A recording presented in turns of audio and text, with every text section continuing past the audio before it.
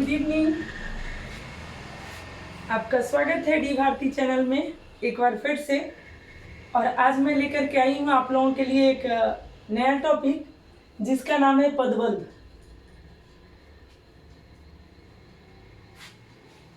जब हम पढ़ने के लिए बैठते हैं तो एक मन में बोझ बना के बैठते हैं कि नहीं, पढ़ाई है, ये मुश्किल काम है, ये हमसे हो नहीं सकता। पर जब किसी चीज को आप आनंद के साथ करते हो ना, उत्साह के साथ करते हो ना, तो वो काम करना बड़ा आसान हो जाता है। मैं बार बार एक शब्द पढ़ा रही हूं और उस शब्द का नाम है पद। तो यहां पर भी अगर हम देखें, पद बंध यानी दो शब्दों के मेल से बना है क्या? पद जोड़ बंध, पद बंध। एक बार फिर से मैं आपको बताती हूं कि पद किसे कहते हैं।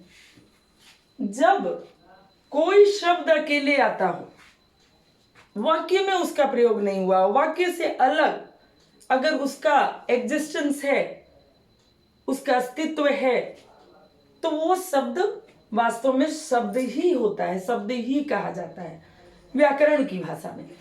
लेकिन वही शब्द, अगर वही शब्द वाक्य में प्रयुक्त हो जाए, वाक्य में प्रयोग में आ जाए, तो वो क्या कहलाता है? वो पद कहलाता है। जब कोई शब्द का प्रयोग वाक्य में हो जाए तो वो पद कहलाता है। कभी कभी ये आ जाता है, पूछ देता है एग्जाम में कि पद किसे कहते हैं। तो जब कोई शब्द का प्रयोग वाक्य में हो तो वो शब्द वाक्य के अंदर, वो शब्द शब्द नहीं रहता बल्कि वो पद होता है। यहां हम लोग क्लास 10th के दृष्टिकोण से महत्वपूर्ण टॉपिक पदबंध को पढ़ने के लिए बैठे हैं। वास्तव में पदबंध है क्या? तो पदों के बंध को पदबंध कहते हैं। अगर सिंपल तौर पर जोड़ा जाए, सिंपल शब्दों में समझा जाए, साधारण शब्दों में, तो पदों के बंध को, पदों के समूह को, पदों के बंधन को एक जगह जब एकत्र हो जाए पद, तो क्या कहलाएंगे? पदबंध कहलाएंगे। यानी कि पहले कुछ एग्जाम्पल देख लेते हैं हम लोग, उसके बाद हम लोग पदबंध को समझते हैं। एक उदाहरण देखिए, राम ने रावण को मारा।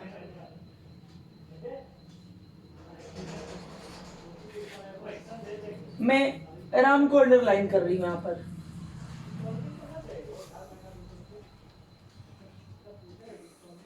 दशरथ पुत्र राम ने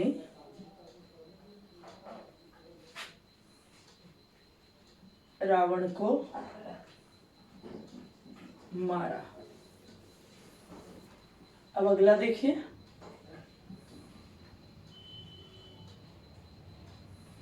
अयोध्या के राजा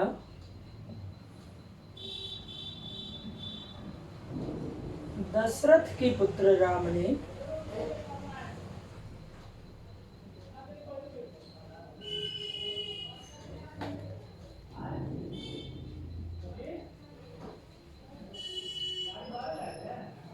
रावण को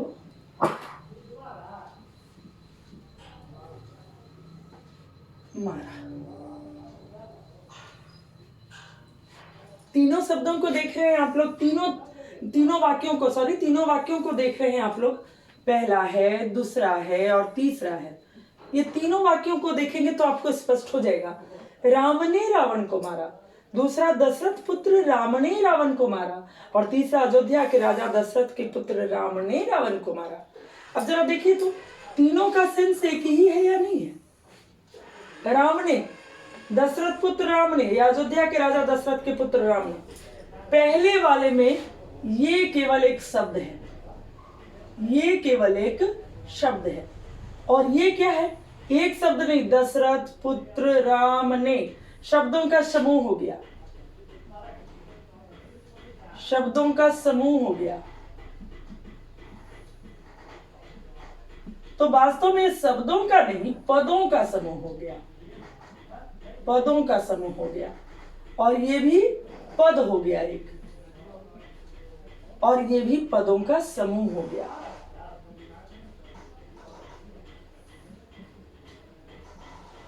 अब देखिए पदबंध कितना समझना आसान है आपके लिए। सो ये पद और ये पदों का समूह, तो जो काम राम कर रहा है यहाँ पर, वही काम दशरथ पुत्र राम, वही काम अयोध्या के राजा दशरथ के पुत्र राम। तो जो काम एक पद कर रहा है, वाक्य में आया हुआ एक पद जो काम कर रहा है, वही पदों का समूह, समूह या बंध दोनों एक ही चीज है। यहाँ समूह या बंध दोनों एक ही चीज है यहाँ पर। तो जो काम एक पद कर रहा है, वही काम पदों का समूह कर रहा है, पदों का बंध कर रहा है। तो इसका मतलब है कि पदबंध किसे कहते हैं भाई? फ्रेज तो पढ़ी होगी ना इंग्लिश में आपने। जी हाँ, बिल्कुल, फ्रेज का ही हिंदी रूपांतरण है आपका पदबंध, जो खुद तो कंप्लीट सेंस नहीं देता, पूरा अर्थ नहीं देता, लेकिन वाक्य को पूरा करने में मदद जरूर करता है। वही काम यहाँ पर है कि पदबंध जो है, परिभाषा को देख लीजिए अब जरा सा आप इसको। परिभाषा,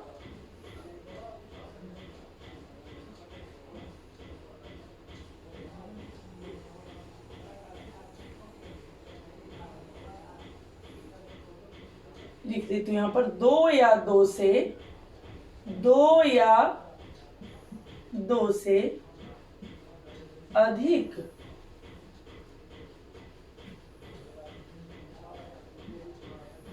पदों का बंध, बंध बोले तो समूह, मिलकर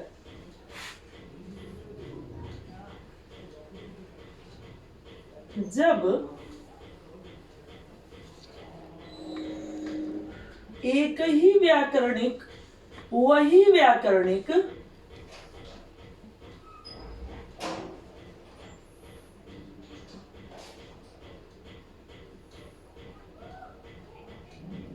कर्णिक कार्य करते हैं,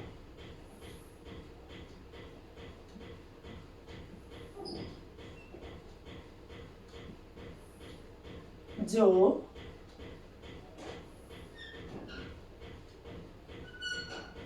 वाक्य में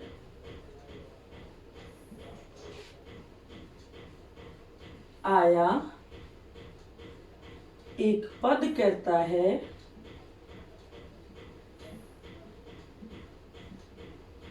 तब हम उसे पदबंध कहते हैं। पदबंध कहते हैं, यानी कि दो या दो से अधिक पदों का बंध, बंध बोले तो समूह, बंध बोले तो समूह मिलकर जब वही व्याकरणिक कार्य करते हैं, जो वाक्य में आया एक पद करता है, तब हम उसे पदबंध कहते हैं। अर्थात कि यहाँ पर राम वही काम कर रहे थे, रावण को मारना, दशरथ पुत्र राम रावण को मारना, अयोध्या के राजा दशरथ के पुत्र राम रावण को मारना। तो यानी कि जो काम एक पद राम कर रहा था, वही ये पदों का समूह कर रहा है। तो पदों का समूह ये क्या कहला जाएगा? ऐसी अवस्था में ये पदों के समूह क्या कहलाएंगे? पदबंध कहलाएंगे। आ रही है बात समझ में? यानी जब दो या दो से अधिक पद मिलकर, जब दो या दो से अधिक पद एक साथ मिल जाएं और किसी ऐसे व्याकरणिक कार्य को करें, यानी व्याकरण के दृष्टिकोण से किसी ऐसे कार्य को करें जो उसी वाक्य में आया हुआ कोई एक पद करता है, तो क्या कहलाते हैं? पदबंध कहलाते हैं। इनका अकेले तो कोई अर्थ नहीं होता, पर ये वाक्य में आकर के अर्थ को स्पेशल बनाने में, अर्थ को विशेष बनाने में महत्वपूर्ण भूमिका निभाते हैं। अब हम लोग चलेंगे, देखेंगे कि पदबंध के कितने भेद होते हैं। तो पदबंध के 5 भेद होते हैं। कौन कौन से भेद हम लोग देख लें। भेद में पहला संज्ञा पदबंध,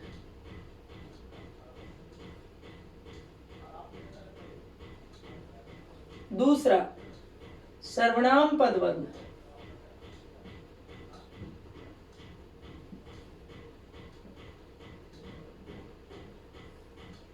तीसरा विशेषण पदबंध,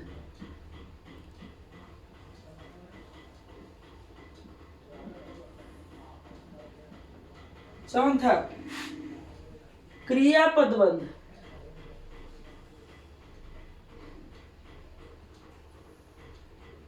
और पांचवा क्रिया विशेषण पदबंध।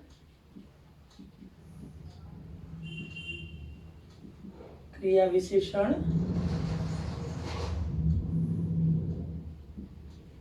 पदबंध, ये 5 के 5 पदबंध हैं।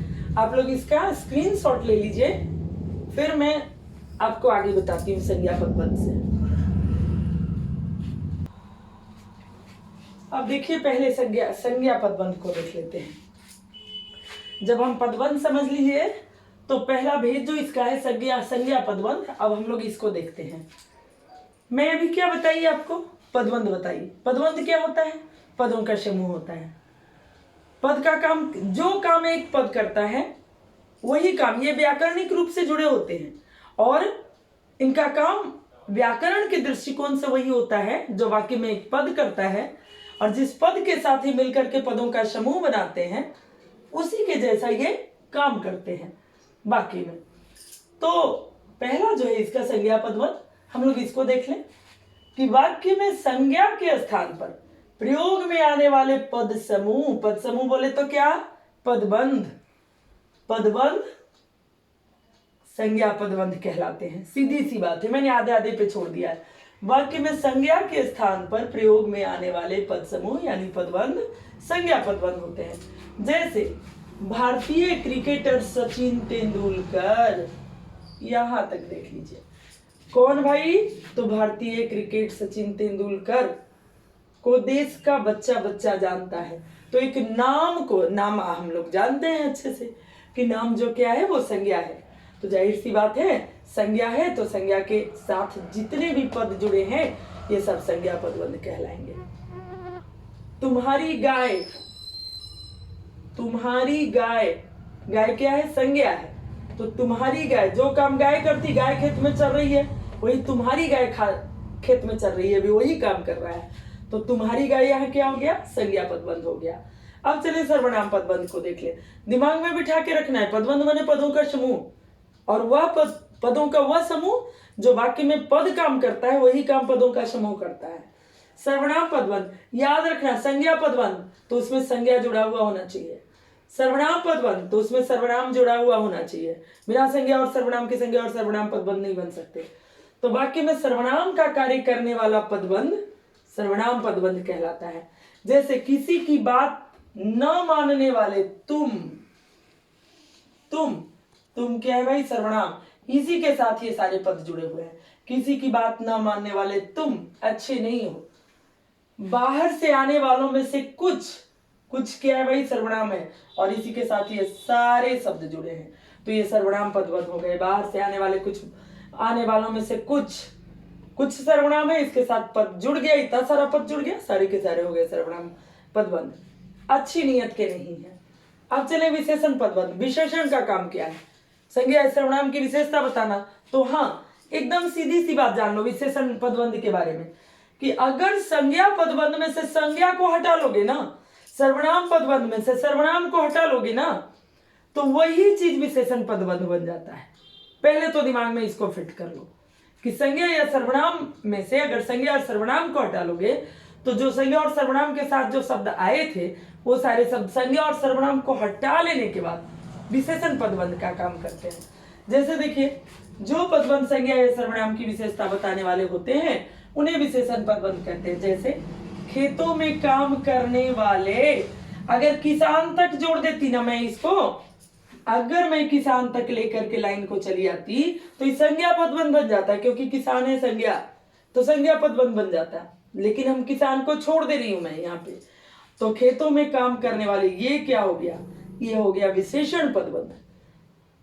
कठिन परिश्रम करने वाले छात्र, छात्र को छोड़ दो, छात्र को मत लो, यहां से लेकर के यहां तक कठिन परिश्रम करने वाले अवश्य सफल होते हैं, छात्र अवश्य सफल होते हैं, छात्र को छोड़ दो, कठिन परिश्रम करने वाले, ये हो गया आपका विशेषण पदबंध। वास्तव में संज्ञा पदबंध में या सर्वनाम पदबंध में संज्ञा और सर्वनाम को हटा देने पर जो रहेगा, हटा देने पर वही विशेषण पदबंध बन जाते हैं। संज्ञा पदबंध में से जो हटा दोगे संज्ञा को, सर्वनाम में से हटा दोगे सर्वनाम को, तो ही बन जाएगा संज्ञा और सर्वनाम पदबंध। चलिए एक बार इसका स्क्रीनशॉट ले लीजिए, बाकी दो बचा हुआ कर लेते हैं हम लोग फटाफट, जल्दी से स्क्रीनशॉट लीजिए आप।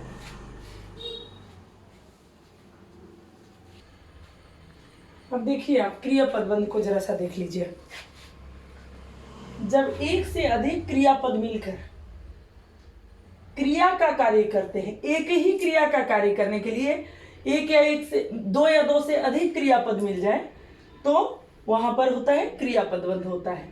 जब दो या दो से अधिक क्रिया जैसे शब्द मिलकर यानी पद मिलकर क्रिया का कार्य करें तब वहां पर क्रिया पदबंध होगा। जैसे मैं नित्य विद्यालय जाया करता हूं, जाता हूं नहीं, जाया करता हूं, तो ये हो गया आपका क्रिया पदबंध। तुम तो खा पी कर चल दिए, वह वापस आ गया होगा, आ गया होगा, आना का आ गया होगा, तो ये हो गया क्रिया पदबंध। अब क्रिया विशेषण, जो जब वैसे पदबंध जो वाक्य में क्रिया की विशेषता बताते हो, वैसा पदबंध जो क्रिया की विशेषता बताने वाला हो, क्रिया विशेषण पदबंध कहलाता है। शर्त यह है कि पदबंध होना चाहिए, यानी पदों का समूह होना चाहिए, क्रिया विशेषण पदबंध कहलाता है। जैसे हाथी तेज नहीं चल सकता, कुछ लोग धीरे धीरे जा सकते थे तो जा रहे थे, तेज नहीं चल सकता, तो ये तेज नहीं चल सकना कैसा चलता, तो तेज नहीं चल सकता है, तो ये चलने क्रिया की विशेषता तेज नहीं बता रहा है, तो ये हो गया आपका क्रिया पदबंध, क्रिया विशेषण पदबंध। कैसे जा रहे थे, तो धीरे धीरे जा रहे थे, तो ये हो गया क्रिया विशेषण पदबंध।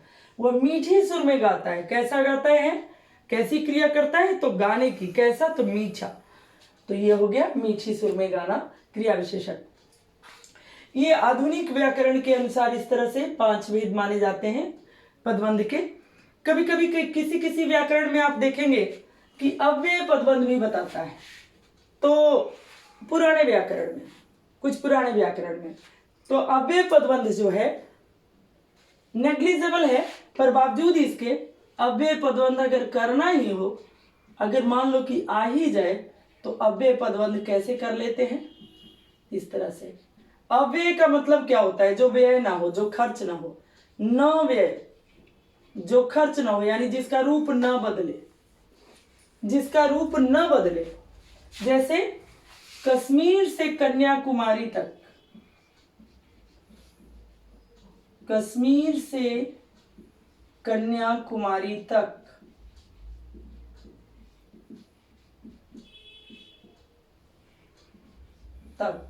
भारत एक है,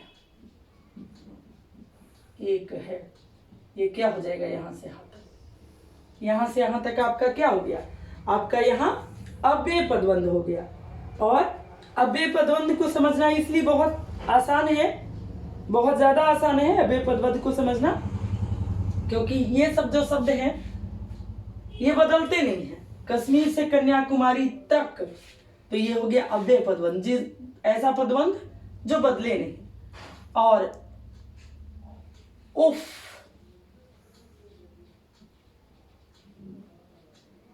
वह नहीं रहा,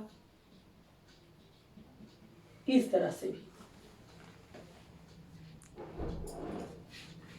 तो बस इतना ही है आपका पदबंध। ये नेग्लिजिबल है, मैंने कहा ये नेग्लिजिबल है, ना के बराबर चलता है, 500 यही चलते हैं आज के डेट में। उम्मीद है आप इसे अच्छे से पढ़ेंगे, बढ़िया मार्क्स लाएंगे, हमारी शुभकामना भी है आपके साथ। मैं बस इतना ही प्रयास करूंगी कि आपके लिए बढ़िया से बढ़िया वीडियो बना सकूं, बढ़िया से बढ़िया पढ़ाई दे सकूं। बस बाकी आगे तो आपको करना है। चलिए ठीक है, फिर एक बार फिर से लाइक सब्सक्राइब भूलने का नहीं, एक बार लाइक सब्सक्राइब तो बनता है यार। Okay, bye bye.